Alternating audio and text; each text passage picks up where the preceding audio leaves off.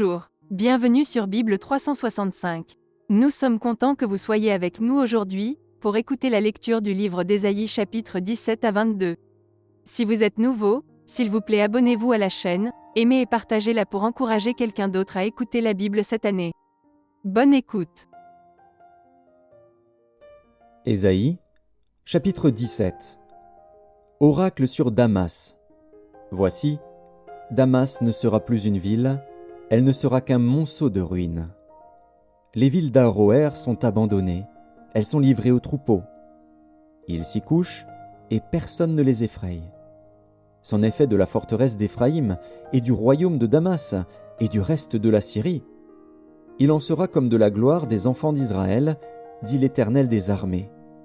En ce jour, la gloire de Jacob sera affaiblie, et la graisse de sa chair s'évanouira. Il en sera comme quand le moissonneur récolte les blés, et que son bras coupe les épis, comme quand on ramasse les épis dans la vallée de Réphaïm. Il en restera un grappillage, comme quand on secoue l'olivier, 2, 3 olives, au haut de la cime, 4, 5, dans ses branches à fruits, dit l'Éternel, le Dieu d'Israël.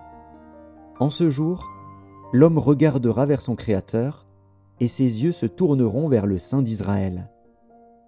Il ne regardera plus vers les autels, ouvrage de ses mains, et il ne contemplera plus ce que ses doigts ont fabriqué, les idoles d'Astarté et les statues du soleil. En ce jour, ces villes fortes seront comme des débris dans la forêt et sur la cime des montagnes, abandonnées devant les enfants d'Israël. Et ce sera un désert. Car tu as oublié le Dieu de ton salut, tu ne t'es pas souvenu du rocher de ton refuge. Aussi tu as fait des plantations d'agréments, tu as planté des ceps étrangers. Lorsque tu les plantas, tu les entouras d'une haie, et bientôt tu les fis venir en fleurs. Mais la récolte a fui, au moment de la jouissance, et la douleur est sans remède.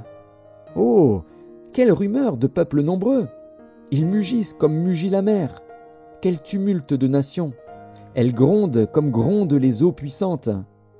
Les nations grondent comme grondent les grandes eaux. Ils les menacent, et elles fuient au loin, chassées comme la balle des montagnes au souffle du vent, comme la poussière par un tourbillon. Quand vient le soir, voici, c'est une ruine soudaine. Avant le matin, ils ne sont plus. Voilà le partage de ceux qui nous dépouillent, le sort de ceux qui nous pillent.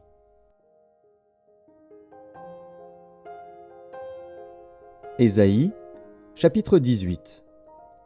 Terre, où retentit le cliquetis des armes, au-delà des fleuves de l'Éthiopie.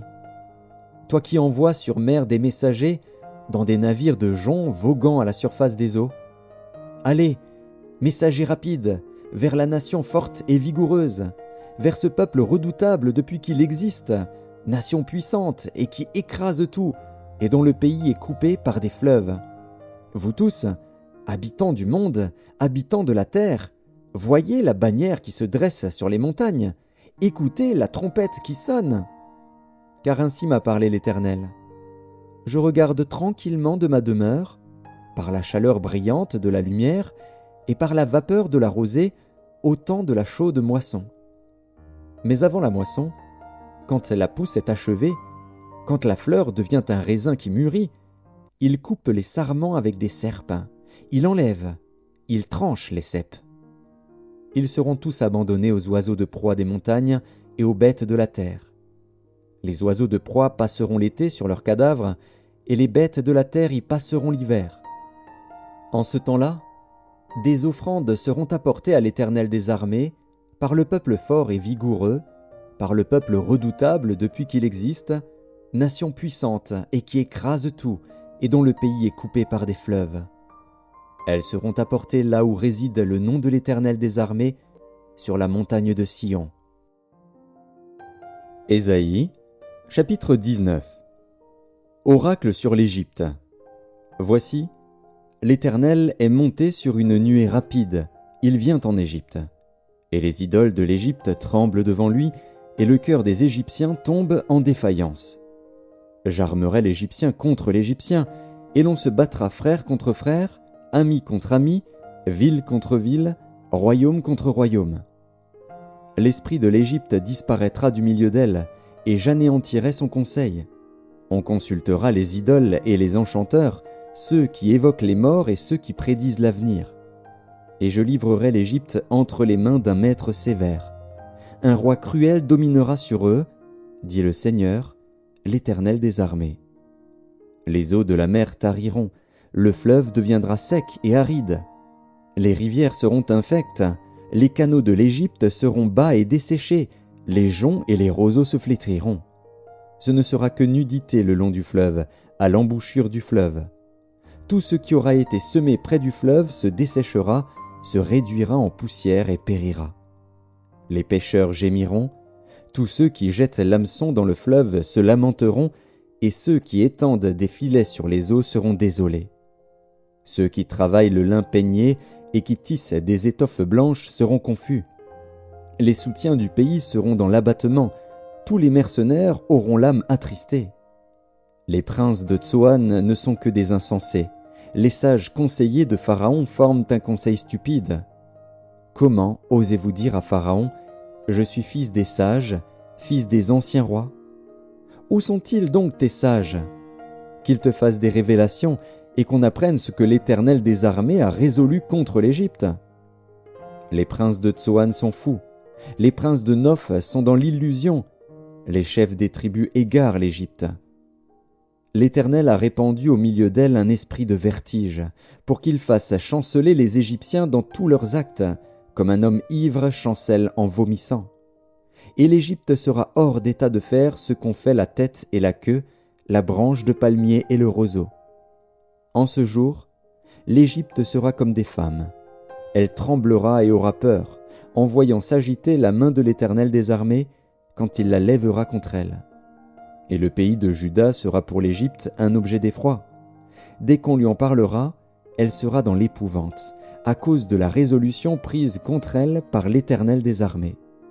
En ce temps-là, il y aura 5 villes au pays d'Égypte qui parleront la langue de Canaan et qui jureront par l'Éternel des armées. L'une d'elles sera appelée ville de la destruction. En ce même temps, il y aura un autel à l'Éternel au milieu du pays d'Égypte, et sur la frontière un monument à l'Éternel. Ce sera pour l'Éternel des armées un signe et un témoignage dans le pays d'Égypte. Ils crieront à l'Éternel à cause des oppresseurs, et il leur enverra un sauveur et un défenseur pour les délivrer. Et l'Éternel sera connu des Égyptiens, et les Égyptiens connaîtront l'Éternel en ce jour-là. Ils feront des sacrifices et des offrandes, ils feront des vœux à l'Éternel et les accompliront. Ainsi l'Éternel frappera les Égyptiens, il les frappera, mais il les guérira. Et ils se convertiront à l'Éternel, qui les exaucera et les guérira. En ce même temps, il y aura une route d'Égypte en Assyrie.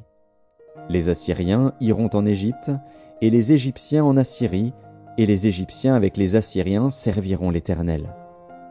En ce même temps, Israël sera, lui 3e, uni à l'Égypte et à l'Assyrie, et ces pays seront l'objet d'une bénédiction.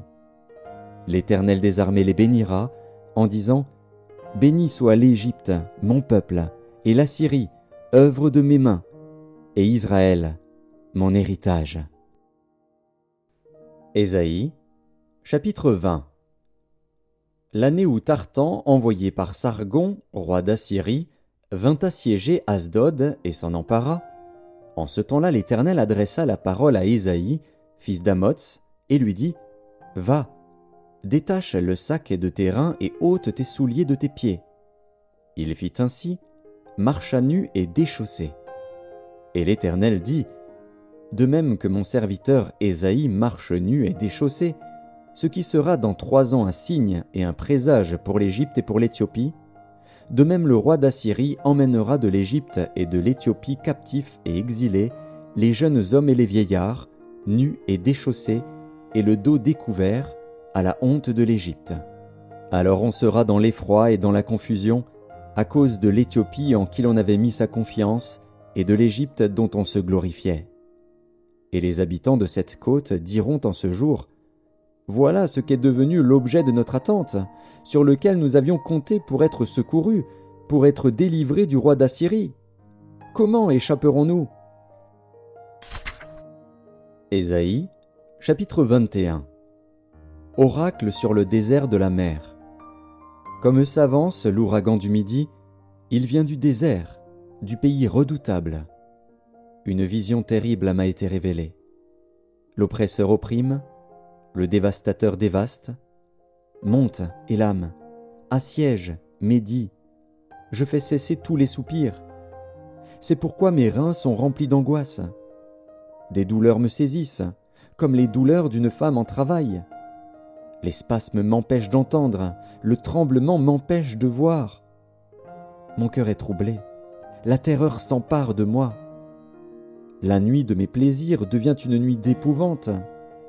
On dresse la table, la garde veille, on mange, on boit. Debout, prince, oignez le bouclier. Car ainsi m'a parlé le Seigneur. Va, place la sentinelle, qu'elle annonce ce qu'elle verra. Elle vit de la cavalerie, des cavaliers 2 à 2, des cavaliers sur des ânes, des cavaliers sur des chameaux, et elle était attentive, très attentive. Puis elle s'écria, comme un lion, « Seigneur, je me tiens sur la tour toute la journée, et je suis à mon poste toutes les nuits. » Et voici, il vient de la cavalerie, des cavaliers 2 à 2. Elle prit encore la parole et dit, « Elle est tombée, Babylone, et toutes les images de ses dieux sont brisées par terre. Ô mon peuple, qui a été battu comme du grain dans mon air, ce que j'ai appris de l'Éternel des armées, Dieu d'Israël, je vous l'ai annoncé. » Oracle sur Duma. On me crie de Séhir, « Sentinelle, que dis-tu de la nuit ? Sentinelle, que dis-tu de la nuit ?» La sentinelle répond, « Le matin vient, et la nuit aussi. Si vous voulez interroger, interrogez, convertissez-vous, et revenez. » Oracle sur l'Arabie. Vous passerez la nuit dans les broussailles de l'Arabie, caravane de Dedan. Portez de l'eau à ceux qui ont soif. Les habitants du pays de Théma portent du pain aux fugitifs, car ils fuient devant les épées, devant l'épée nue, devant l'arc tendu, devant un combat acharné. Car ainsi m'a parlé le Seigneur, encore une année, comme les années d'un mercenaire, et c'en est fait de toute la gloire de Kédar. Il ne restera qu'un petit nombre des vaillants archers, fils de Kédar, car l'Éternel, le Dieu d'Israël, l'a déclaré. Ésaïe, chapitre 22. Oracle sur la vallée des visions. Qu'as-tu donc, que tout ton peuple monte sur les toits ? Ville bruyante, pleine de tumulte, cité joyeuse. Tes morts ne périront pas par l'épée, ils ne mourront pas en combattant. Tous tes chefs fuient ensemble, ils sont faits prisonniers par les archers. Tous tes habitants deviennent à la fois captifs, tandis qu'ils prennent au loin la fuite. C'est pourquoi je dis, détournez de moi les regards, laissez-moi pleurer amèrement.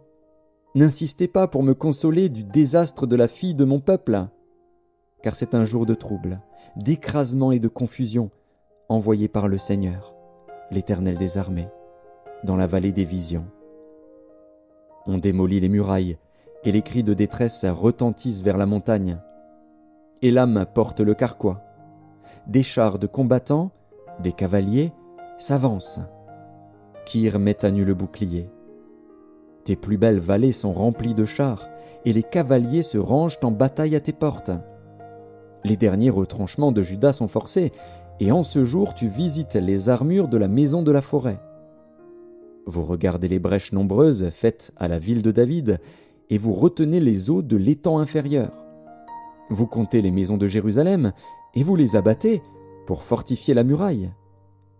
Vous faites un réservoir entre les 2 murs pour les eaux de l'ancien étang. Mais vous ne regardez pas vers celui qui a voulu ces choses. Vous ne voyez pas celui qui les a préparées de loin. Le Seigneur, l'Éternel des armées, vous appelle en ce jour à pleurer et à vous frapper la poitrine, à vous raser la tête et à ceindre le sac. Et voici de la gaieté et de la joie. On égorge des bœufs et l'on tue des brebis. On mange de la viande et l'on boit du vin. Mangeons et buvons, car demain nous mourrons. L'Éternel des armées me l'a révélé. Non, ce crime ne vous sera point pardonné que vous ne soyez morts, dit le Seigneur, l'Éternel des armées. Ainsi parle le Seigneur, l'Éternel des armées. Va vers ce courtisan, vers Shebna, gouverneur du palais. Qu'y a-t-il à toi ici, et qui as-tu ici, que tu creuses ici un sépulcre? Il se creuse un sépulcre sur la hauteur, il se taille une demeure dans le roc. Voici, l'Éternel te lancera d'un jet vigoureux. Il t'enveloppera comme une pelote.